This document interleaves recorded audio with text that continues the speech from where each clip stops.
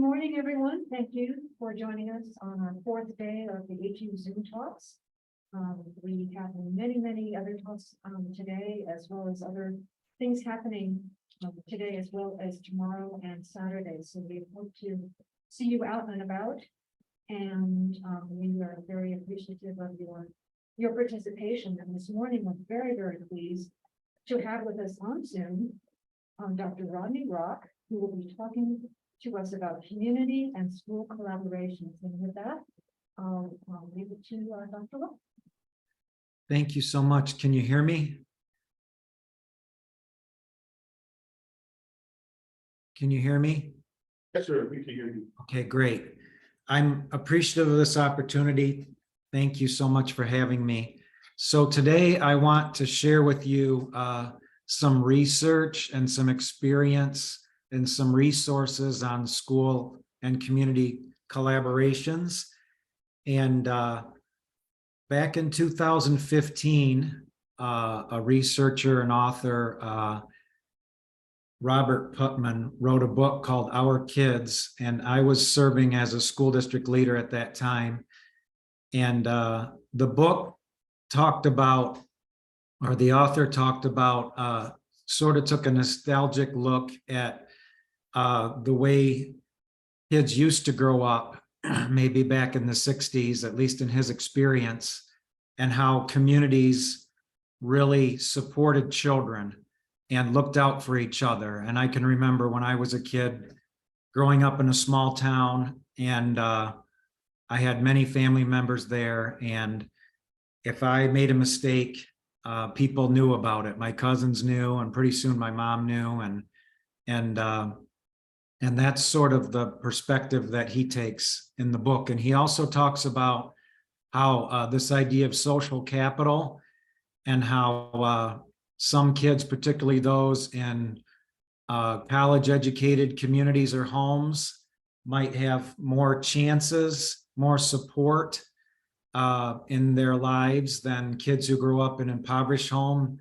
If kids in more affluent homes and college education homes, he talks about if they make mistakes, there are support systems there for them, and people to collaborate and resources. And that might be different for kids in poverty. And also in terms of opportunities, he spoke in that book about an opportunity gap and the kinds of resources that some communities have compared to others. And he was speaking of his concern for the widening opportunity gap. And so I was really influenced by that book, and I started studying community collaborations more and more, and looking at resources in the community that I served, and talking to hospital leaders and other community leaders, people from the township and people from the schools, and talking about ways we could collaborate. And we were able to do some things, open some health centers and bring in some social, emotional, and counseling supports, and find some ways for those different agencies to communicate with each other, which is a challenge often for people who are navigating systems, which I'll get into a bit more. So a lot of what I've thought about is based on that book from 2015. And also, I wanted to share some data. Of course, we know that we're coming out of the pandemic, and which had an impact, obviously, on, I'm going to have to stop sharing for a minute, excuse me, in order to get up the one that I want. So, the pandemic obviously had an impact, and this research that I'm sharing comes out of Stanford University. This SEPA is a center that looks at data across the country that I'll talk more about. But this is a scorecard that discusses some of the outcomes of some things we know from the pandemic. And some of these things might be surprising, and perhaps some of these data that I'll share might be a bit surprising to you. So Of course, achievement losses vary dramatically among districts in the same states, and we've heard a lot lately about if you pay attention to education and some of the statistics. We've heard a lot lately about reading instruction and the science of reading, and how the balanced literacy approaches were ineffective in the past, and how Columbia University and Lucy Calkins and some of those things are going away, and schools and states are adopting a more, what they call a more research-based approach to teaching literacy. So I mean, there are outcomes from the pandemic, and maybe some of these achievement drops are not quite as dramatic as we might think. So losses varied among districts in the same state. And then losses were larger in high poverty districts, which we would expect. And we've all heard about third grade reading bills and some of those reforms that have come across our country and systems in the past many years.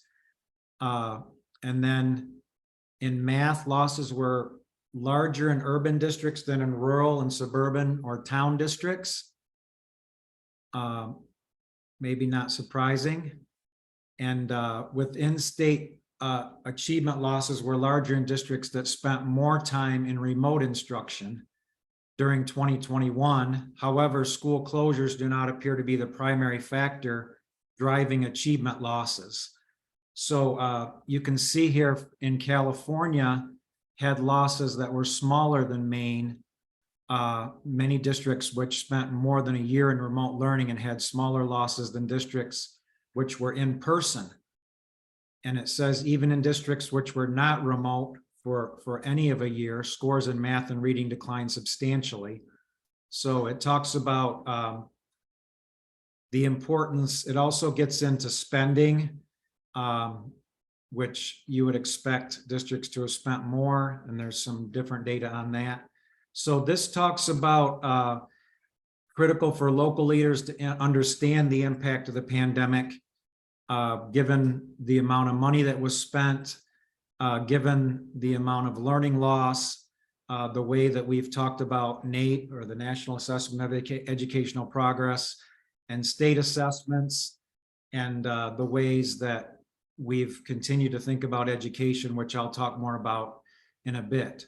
So I wanted to ask before I continue, let's see if you can still see my screen.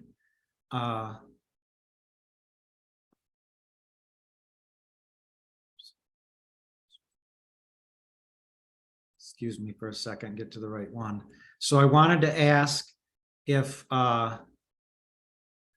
anybody had anything they have heard recently about school and community relations, or anything that's been on your mind, anything briefly, anything you've heard in the media, or any kind of collaborations or trends, or anything that you're hearing about?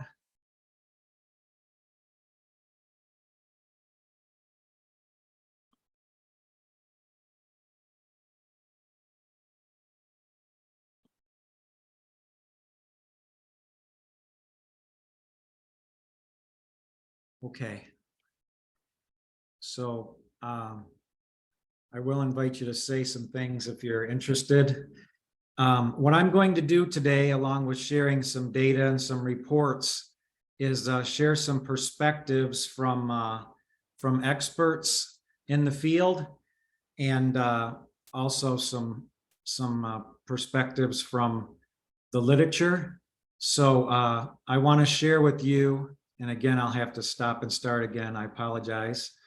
I want to share with you this report on what influences student learning. So this is out of Hanover Research, and it comes from the state of Utah. And it talks about students, school districts, and family and community. And it talks about in and out of school factors. So these fall into two categories. Of course, we have teacher quality,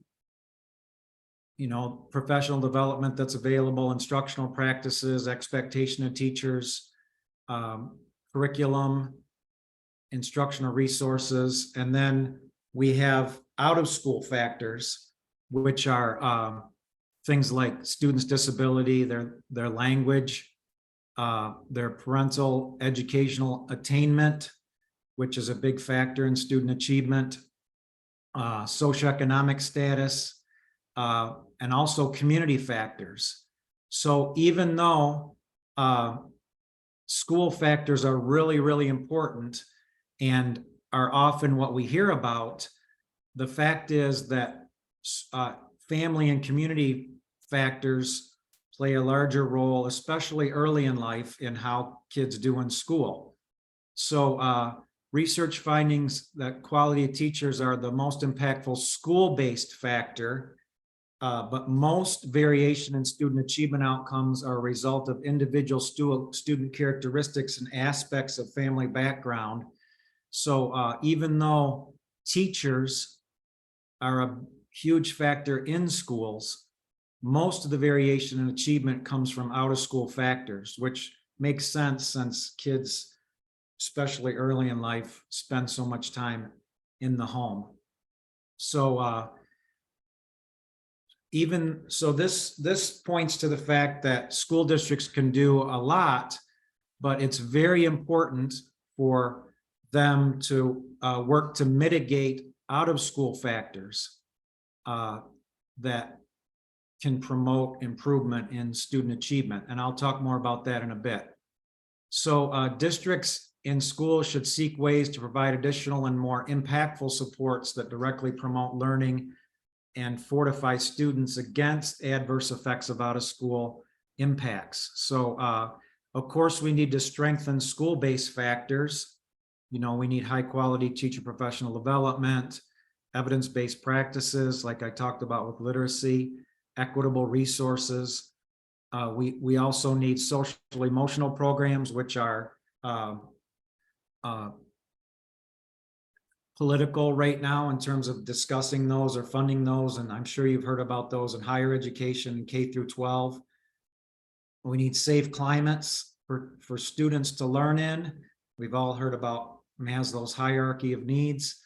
And we also need to work on family and community engagement and extracurricular programs. One of the things that Putman talks about in his book is kids in wealthier families might have more extracurricular opportunities in their schools or communities than kids who grow up in poverty, which of course are factors in social capital.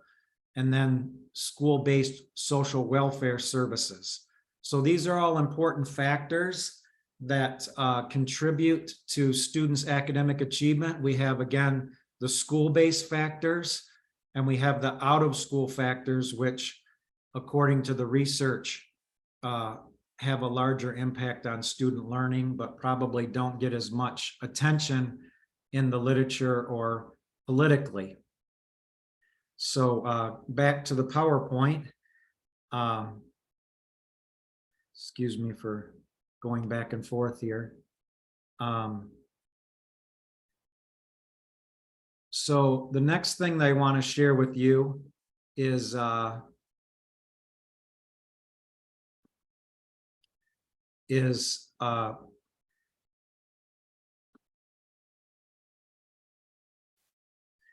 this is Sean Reardon, and I want to talk a little bit about the data and the opportunity gap. And Sean Reardon is a researcher at Stanford University, and he leads up the SEPA group, which he'll talk about in this video, and I'll share more about in a second. And I wanted for you to hear from Sean Reardon about the data that's available. And I also want to show you how you can manipulate the data or manipulate the data set so that you can look at it all the way down to a local level if you're interested. And so this is Sean Reardon from Stanford talking about the SEPA project. The Educational Opportunity Project is a project that's trying to harness big data about education in every school in the country to learn about where we as a country are providing more and less educational opportunity for our students and to learn how to improve opportunity. We started building the database about 5 years ago, 2014, and we've been adding to it ever since. And one of the things we've been doing with it, in addition to building the database so that other people can use it, is conducting research with it. The website has data from every single public school in the United States. It's based on about 350 million test scores taken by students in every school in the country. And we use that data to construct measures of the average achievement of students, but also how much they learn. So education opportunity is more than just what's provided by schools. It's the sum total of all the kinds of ways that kids can learn in and out of school, early in childhood, and while they're in public schools. And when we look at average test scores in a community, in a school district, or in a school, what we're measuring is really the amount of educational opportunity provided in those communities, not the average ability, because average ability doesn't vary from one place to another, but opportunity does. I think that this kind of data allows us to do a couple of things we haven't been able to do before. One, it lets us do a kind of research we haven't been able to do before, because now we have data everywhere. But it also is going to let us develop, I think, better and more targeted educational and social policies. We hope that policymakers and educators will use that evidence to create more equal opportunity and improve schooling opportunities. We also hope that it will help people understand how to better evaluate schools, because it lets us understand not just what students' test scores are, but really how much they're learning while they're in school, which is a much better measure of school quality. I like to think of what we're doing as what you might call educational epidemiology. That is, we're trying to, in order to fix problems of inequality and to improve schools, we need to have a good understanding of the landscape of the problem. And so in some ways, that's what epidemiologists do. They try to understand where a problem is and where it's getting worse and where it's getting better, and then diagnose it and then solve it. And if you think about the big project, that's what it's really about. It's trying to map the landscape in sufficient detail that we can get to a place where we can really start to have targeted social and educational policy solutions that will really make a difference in terms of equality of educational opportunity. So in my experience, we hear a lot from government officials, politicians, people who are running for office about our education system. And we hear a great deal about achievement gaps, and we hear about failures of schools and teachers, particularly, coming out of the pandemic. And often, in my experience, there are not data other than maybe assessment data, NAEP, National Assessment of Educational Progress, that are offered along with those conclusions that people make. And I've heard governors draw those conclusions that our schools are failing. I've heard politicians, I've heard superintendents of schools and teachers. Many people say, I've heard presidents, Congress people say that schools are failing, and that the way to address that is to improve teacher quality or to give parents more choice. And we've seen all across the country where charter school movements and educational savings accounts and vouchers, states are adopting these kinds of opportunities, money for parochial schools, and giving choice is often seen as the answer. And that was a big thing for our previous U.S. Secretary of Education, Betsy DeVos, as a big advocate for school choice. So what I'm always interested in when I talk to my students, when I teach data classes and when I talk to others, is the idea of triangulating data to not only look at assessment scores, but what might be trends in assessments? You know, what are the scores over time? What are the scores comparatively to other school districts or to other tests that might measure reading or math or other areas? And then, you know, what are the socioeconomic factors? And there's a wonderful database called Kids Count that is very active in New Mexico. And you can look at all these factors within that database and consider many factors that contribute to student achievement.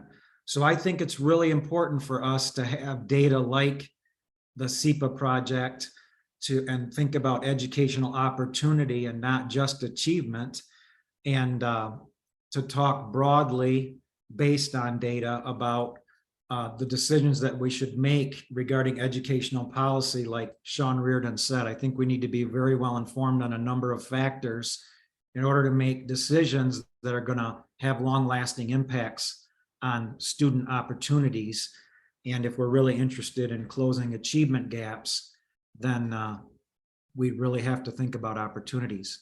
So I want to share some more information about the SEPA database. And I know I'll have to click around again, so I apologize. This is what I'm going to share here in a second, is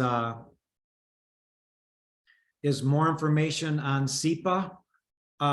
This is from the Stanford News. It talks about school poverty, which probably is not a surprise. Not racial composition limits educational opportunities. So it talks here about communities across America began efforts to desegregate schools, believing that the racial disparities in students' educational opportunities, you know, had impacts on their learning and were limiting. We had separate but equal and many things back in the 1940s, 50s, 60s, and before that segregated students according to race.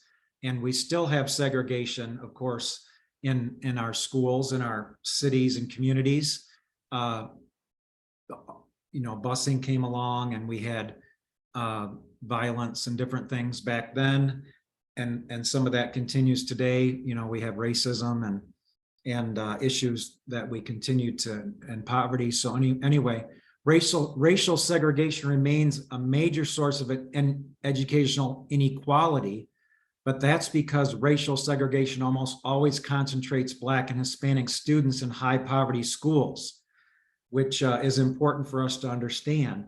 So the research says that only school districts in the US where racial achievement gaps are even moderately small are those where little or no segregation.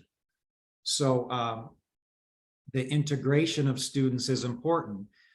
Every moderately or highly segregated district has large racial achievement gaps. And so what Reardon talks about, and he said in his video that you just saw, is this database and looking at the different opportunities that students have, average test scores, learning rates, trends, and these are all things that are available in his database that we can break down that give us a better gauge of school quality, and perhaps take a look at some of that segregation that still exists or other factors that, you know, community factors and so forth that have the biggest impact on student learning and achievement and long-term outcomes, because we know that people who earn, the more education you earn, generally speaking, the more opportunities you have, you know, the better the economy is in a country. If you look at economic factors and school and educational attainment, quality of education, those things go together. Even though in America, I don't think we often look at those two factors. I don't think we look at the economy and education and say that because we have a strong economy, we must have a strong education system. That's counterintuitive to me that we don't talk about that, and something I think that needs more attention. So, but I'll leave that for another day. So I want to share some of the actual data from the database. So I'm going to do some more clicking. Excuse me for a second. So I'm going to click over to the database itself, and I'll share again.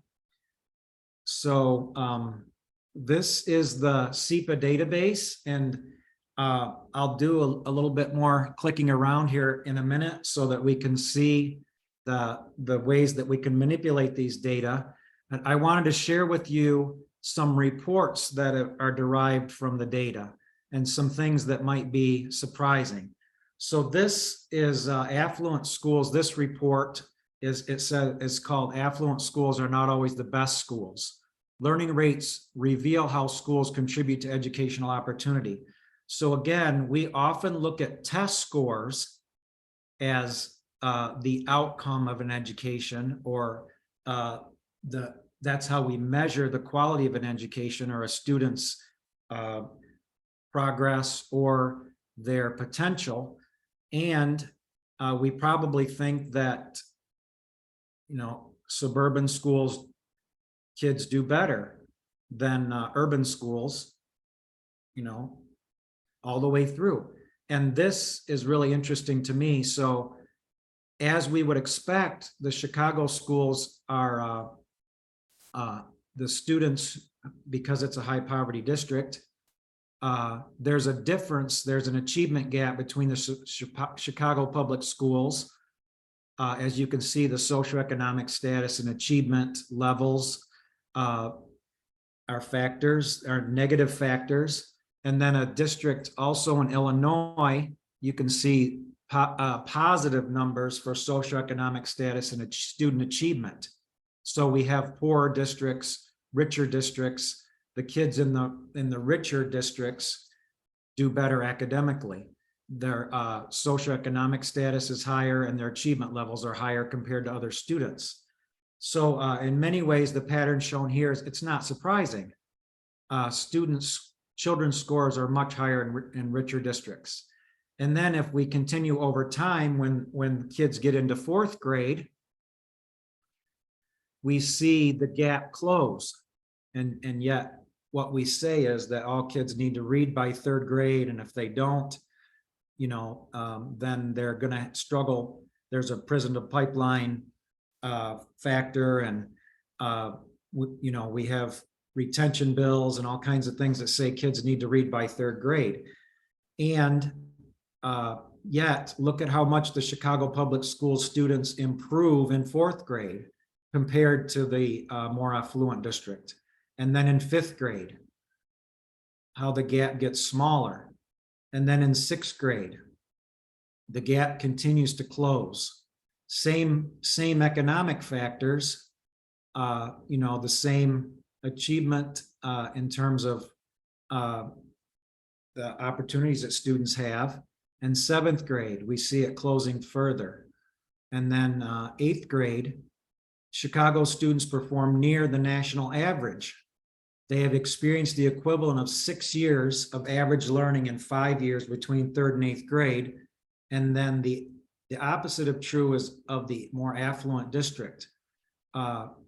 Students have not increased the way that Chicago public schools students have. So it says here, it's common to think of the average test score as a measure of school quality. If students are scoring well on tests, they must be learning. But this data, if we look at other data points, we can say that that's the wrong assumption. It talks here about a hospital and how we shouldn't assess the health of hospitals based on the health of patients, but how much the patient improves as a result of his or her time in the hospital. And it says in this, similarly, we shouldn't evaluate schools based on average test scores, but we should consider how much students learn during the time they're in schools. And so this is where we get into more of these opportunity learning rates. And you can see and I've heard superintendents in New Mexico say this as well, if we looked at improvement in learning rates or learning over time, then New Mexico wouldn't rate 49th or 50th or 48th in academic outcomes, because the growth does happen over time, which I'll talk more about in a few minutes. So I think these are really important dates or data to consider. And this, as you can see, it also looks at the Milwaukee Public Schools, which may have similar demographics, but do not see the same kind of growth over time as the Chicago Public Schools. So these are really important things for us to consider. And I want to show you, getting to where we can manipulate the data, or rather, let's see. I want to show you one more thing before I show you the how we can manipulate the data. So this report, also out of SEPA and the database, it talks here about learning versus average achievement for Native American or Native students by county. So this database, you can type in a particular county and it'll give you the learning rates and average third grade test scores of Native American students. So I can type in a county in New Mexico and it'll give me those data. And so this talks about test scores from Native American students on assessments at the end of third grade, widely vary across the United States. In less than a quarter of counties, Native American students perform near or above the national average, suggesting experience is adequate. However, these 130 counties serve relatively few Native Americans. The majority of U.S. Native student population live in 359 counties, which are shown in the blue. And then it says have average third grade test scores and significantly below the national average. In other words, most Native American students are living in counties where on average they enter school having received fewer educational opportunities than other students. And it talks in here about how Native American students' opportunities to learn during a reveal more promising pattern, like we saw in Chicago. In many of the counties where Native American students are scoring below average, they are learning at a higher rate than average from third to eighth grade. It talks about Arizona here, for example, students across 3 grade levels below average in the learn at a rate. However, they're below average. However, they learn at a rate 14 times faster than the average US student, 14% faster, excuse me. So it says, put another way, over 5 years from third to eighth grade, the average Native student in Navajo County learns 5.7 grade levels of material, which is 2/3 of a grade level more than the average student, which is quite remarkable. So again, if we look at other factors besides just test scores, then we might conclude that teachers in New Mexico are doing quite well. Teachers in with Native American students are doing quite well, and students are growing substantially over time. So I want to show you one more thing before I get into the information specific to school and community collaborations. So let's see here.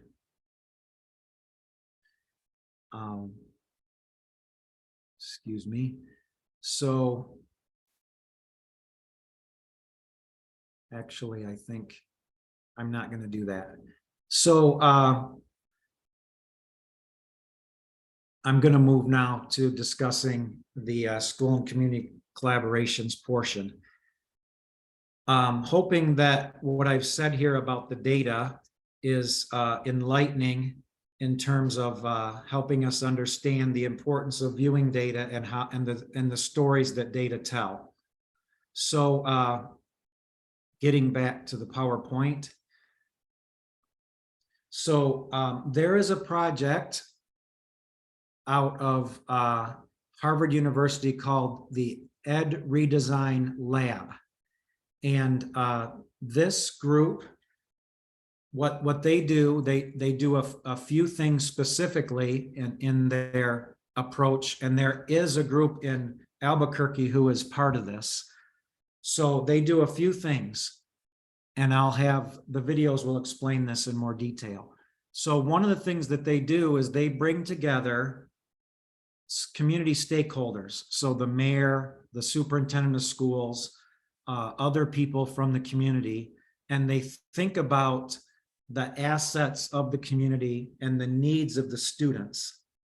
And then they collaborate to identify how this community and the schools can work together to support student needs.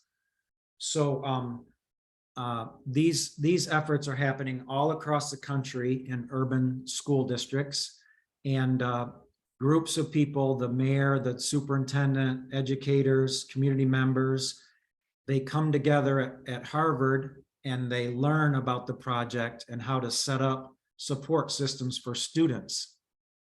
So they do things like success planning. They have navigators for each child in the school system. And then they have what's called a children's cabinet. And so I'll share some information on these items. I'll let the researchers share. So here's an overview of the Ed Redesign Lab at Harvard University.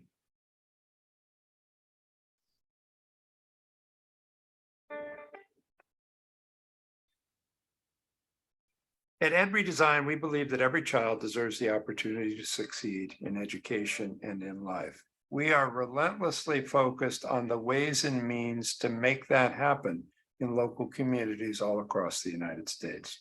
The biggest challenge we face is that the landscape of opportunity is vastly inequitable throughout our nation, in every region and state and from neighborhood to neighborhood. That's because we've not broken the correlation between racial and economic segregation in educational opportunity. For far too long, race, place, and income have been major determinants of the educational and life experiences of students nationwide. Our education system was built in ways that still systematically afford advantages to some groups while perpetuating inequities for others. Failure to address this inequity in educational opportunity has far-reaching social and economic effects, and we can't expect schools alone to solve the problem. To ensure that the talents, interests, and needs of all children, not just some, are supported and nurtured, we need a paradigm shift toward a more holistic model of development and educational opportunity. If we want to address inequity, we have to expand our focus beyond school walls to mapping where opportunity is blocked in our communities and thinking about how we can remove those barriers so that all children can thrive. That requires what we call cross-sector collaborative action. But what does that mean exactly? It means that community leaders, civic leaders, education leaders, health and human service providers, library directors, grassroots organizers commit to working together as a team to redesign the landscape of opportunity in their community. Through a whole child approach, success planning connects students with an adult navigator who collaborates with schools, families, and communities to create a personalized roadmap to supports and resources within a community. Ed Redesign is committed to partnering with educators and other cross-sector leaders through its newly launched Institute for Success Planning to accelerate community-driven efforts to ensure all means all. We must reimagine and redesign education as we know it. We have to resist the temptation of returning to normal because normal wasn't so great for some of our students. Through our work in supporting this cradle to career strategy, we hope to amplify the impact of place-based collaborative action partnerships in improving equitable access to opportunity for all children, particularly those affected by racism and poverty. At Ed Redesign, we aim to help community leaders and whole communities come together to address these challenges. Through our research, advocacy, and collaborative action, we're catalyzing community-based cross-sector efforts to mitigate some of the factors of inequity that get in the way of children succeeding to design comprehensive cradle to career systems of support and opportunity that will allow all of our children to thrive. And all means all. So if you've paid attention to this topic, you may have heard of the Cradle Career to Career Initiative. I don't know if it originated there, but part of it came out of what's called the Harlem Children's Zone, where the city and educators and they have a charter school there, and they provide systems in the school to make sure that kids have whatever supports that they need to succeed in school. That the school has very high academic standards.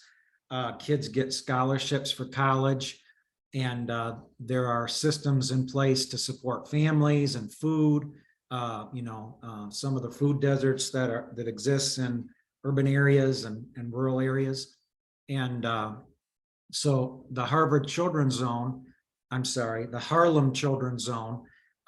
is a place where a lot of these ideas originated, and they've had quite a bit of success in terms of students who come from low socioeconomic backgrounds, who have risk factors in their lives, who have suffered from trauma, whose parents may be in prison, who don't have a dad in the home, whose parents maybe don't have a high level of education.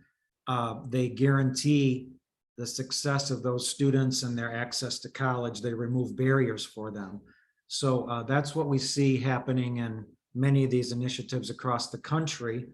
And you heard in that video them talk about the collaboration and the way that those people come together and think about, people from healthcare and mental health, school systems. And so they do some things specifically that were mentioned, and these are just a few short other pieces. One of them is called success planning. So here's a short video on this concept of success planning. If we want our children to be prepared and resilient, no matter what the future holds, then we have to make sure pathways to opportunity are open for all children. The problem is that many children are cut off from the resources needed to thrive. Healthcare, affordable housing, after-school and summer enrichment, academic support.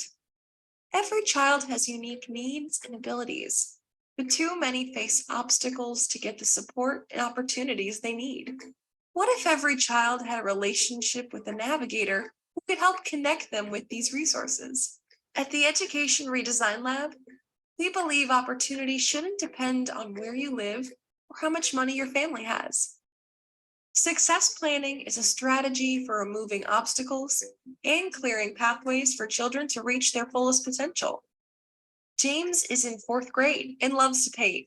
He has missed a lot of school because of chronic asthma. Anna is in 10th grade and loves astronomy. She lives in a rural area without reliable broadband, so she often can't engage with her teacher and classmates online. Success planning pairs children like James and Anna with adult navigators who they can develop a relationship with. Navigators are uniquely trained and educated about the local health, social services, and educational programs and services that could remove obstacles for children. They are supported by an organized network of multi-sector community partners and government agencies equipped with programs, skills, and resources to holistically support students and families. For Anna, this means securing affordable, reliable broadband and signing her up for a science program after school.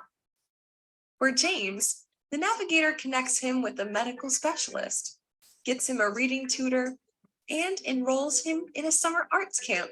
Together, we can work to clear the pathways and provide real opportunity for our children and young people.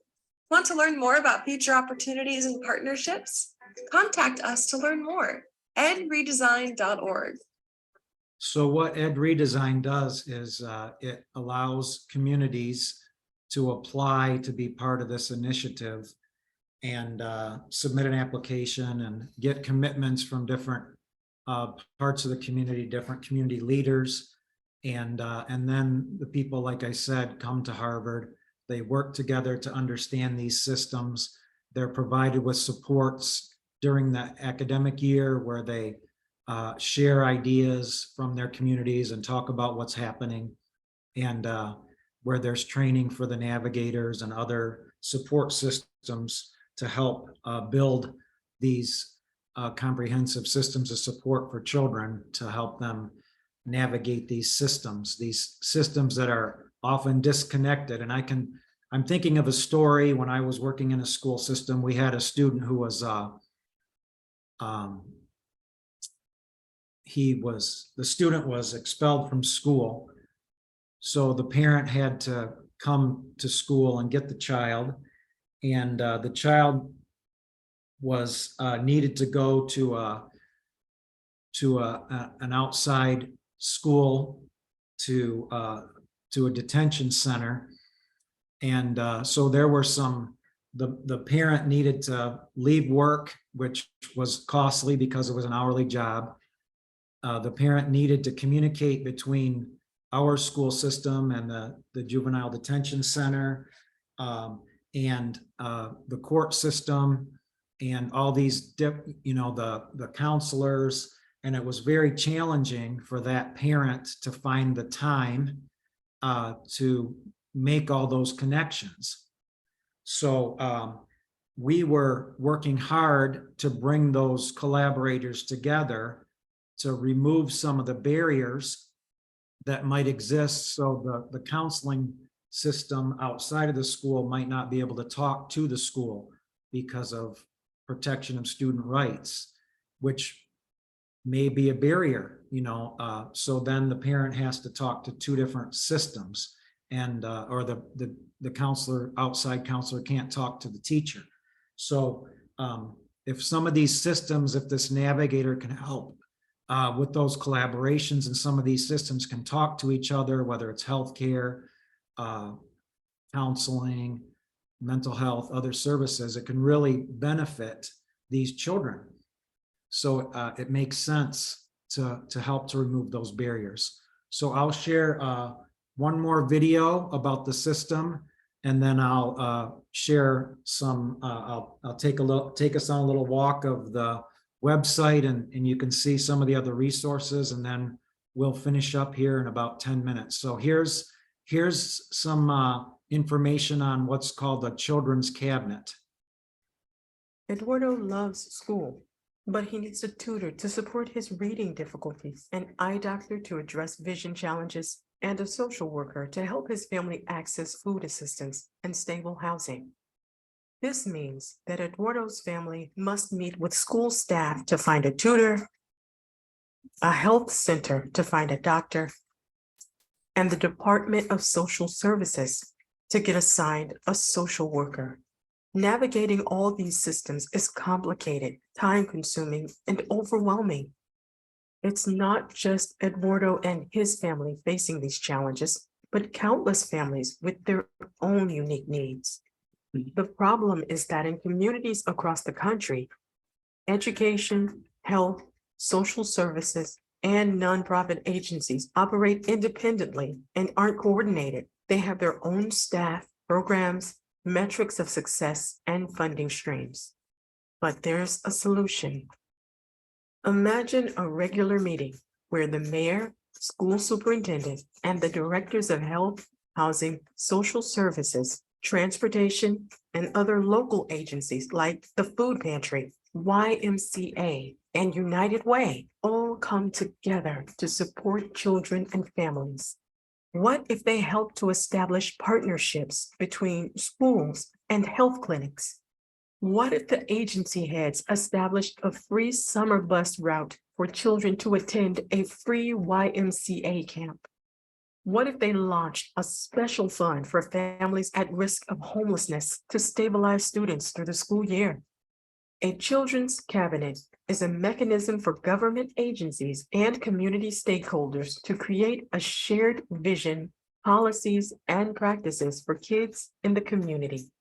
Cabinets can address both immediate needs and long-term systemic ones. To succeed, cabinets require leadership, commitment, community support, shared goals and metrics, dedicated staffing, and dependable funding. At Ed Redesign, we're supporting communities in developing and strengthening children's cabinets that help kids like Eduardo thrive, both in and out of school. Learn more by visiting edredesign.org.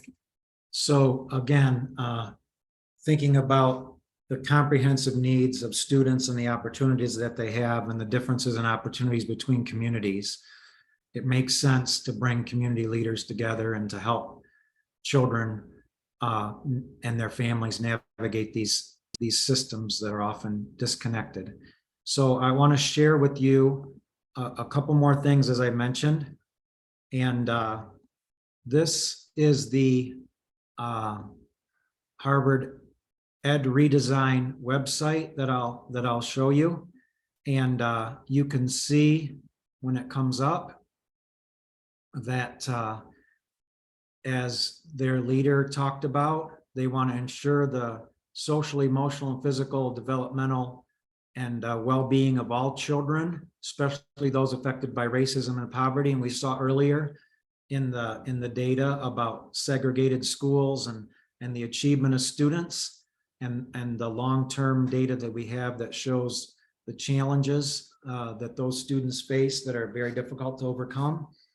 And so we want our children to have these clear and accessible pathways to well-being. We want them to be able to navigate them and help them navigate these systems. We want to provide equity for all of our students, all of our children, make sure that they have equitable opportunities. And you can see some of the faces of people who are working on these initiatives across the country. Oakland Unified Schools, I believe there's a school system in Stockton, California.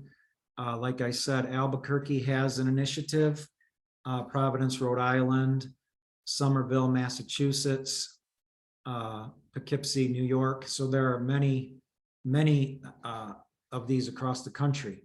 And I've shared with you some of the different initiatives, the talent development, the actionable research that includes collaborative or success planning, communities of practice where people come together to learn together, where the Institute for Success Planning, where the leaders come to Harvard University and learn about processes and the commitments that they're required to make in order to take part in this.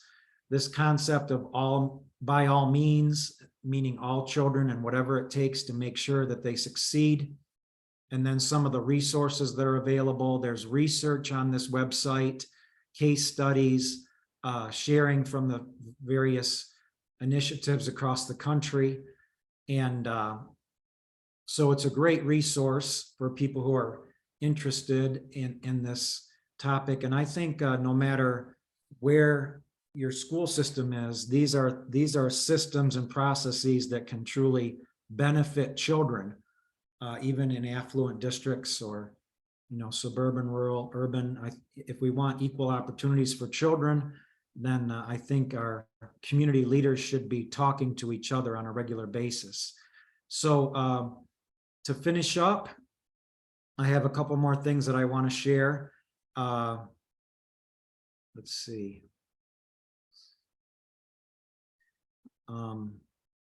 Back to the PowerPoint for a moment.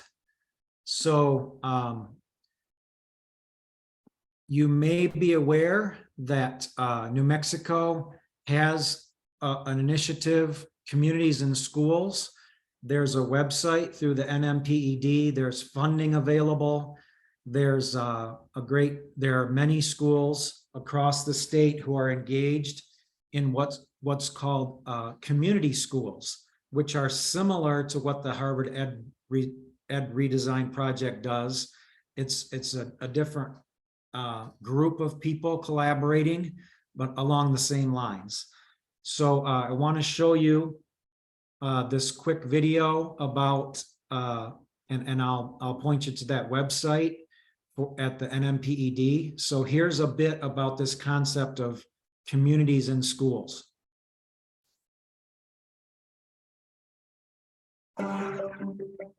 What makes a school a great school? Caring for the whole child, expanding the horizons of learning, building relationships with families, working together to realize a shared vision. This is the school every student needs. This is a community school. Community schools are public schools that partner with stakeholders to create the conditions students need to thrive. Community schools can be found across the United States, and their numbers are growing fast. But what exactly makes a school a community school? They integrate student supports. Clinics, counselors, and other services ensure each and every student is ready to learn. They expand and enrich learning. Extended school days, summer programs, and real-world experiences help students reach their full potential. They engage families and communities. Partnering with residents to identify and meet community needs makes everyone feel safe, welcome, and involved in school. They lead in collaboration. Inclusive decision-making and peer learning builds trust among students, educators, families, and communities. When a school stands on these 4 pillars, it's a community school. Research supports this 4-pillar approach, but there's no one-size-fits-all model. Every community school is different because each community is different. Figuring out what it looks like in your community starts by getting actual community members involved. That's the full-time job of community school coordinators. They're the human bridge connecting all the partners and stakeholders that make community schools possible. So that's what makes a school a community school. Now, how do you pay for it? Startup costs like hiring a full-time coordinator can be raised from foundations or state and local governments. Tapping into existing funding and partnering with local businesses can bring in service providers. Sharing resources and staff with partners can help everyone do more. And as a community school becomes more established, leaders can advocate for budgets that sustain their impact and new funding to expand it. Okay, I know I'm very close to being out of time, so I just want to share very quickly the, let's see, the community schools website in the state, and you can look that up at NMPED, and you can see the efforts that are underway that exist. The video that I just shared is there. There's support, financial support. It's happening in 91 communities across the state. There's grant funding, as I said, 150 community schools throughout New Mexico, that you can see the number of students who are receiving these kinds of supports and collaboration, meeting the needs of the whole child. So this is an initiative that's well underway in the state of New Mexico, and many schools are involved and have been for a number of years. So to finish up, the last thing I want to say, the last few things, what I've tried to do today is to show you some of the data that helps us understand the opportunity gaps that exist in our country for students, particularly those who are in impoverished or segregated communities, and the impact that has on student learning. Every community school. Sorry. We know if you're paying attention to the trends in education right now, there's more and more politicization of education in America. I talked about the changes in reading instruction, which are coming fast and furious, and will impact, I'm sure, every teacher in our country. We see communities where parents are demanding more and more. School board elections are becoming more partisan. Post-pandemic, many teachers feel under attack. We've seen drops in student enrollment. which has had a big impact on school funding and other issues, school buildings. There's a shortage of teachers. You know, we have all kinds of initiatives, including at Highlands, to prepare teachers differently and to provide alternative paths. So in my experience and opinion, communities are the best equipped to educate our children. They're the places that have people who are close and who truly care and know what's available to and know what children need. And so I think that we can do a great job of equipping communities with the resources and the knowledge, the understanding, the collaborative efforts that they need to really help all children have equal opportunities across our great country. So be happy to share the PowerPoint and the list of things that I talked about today. And I know that I'm out of time.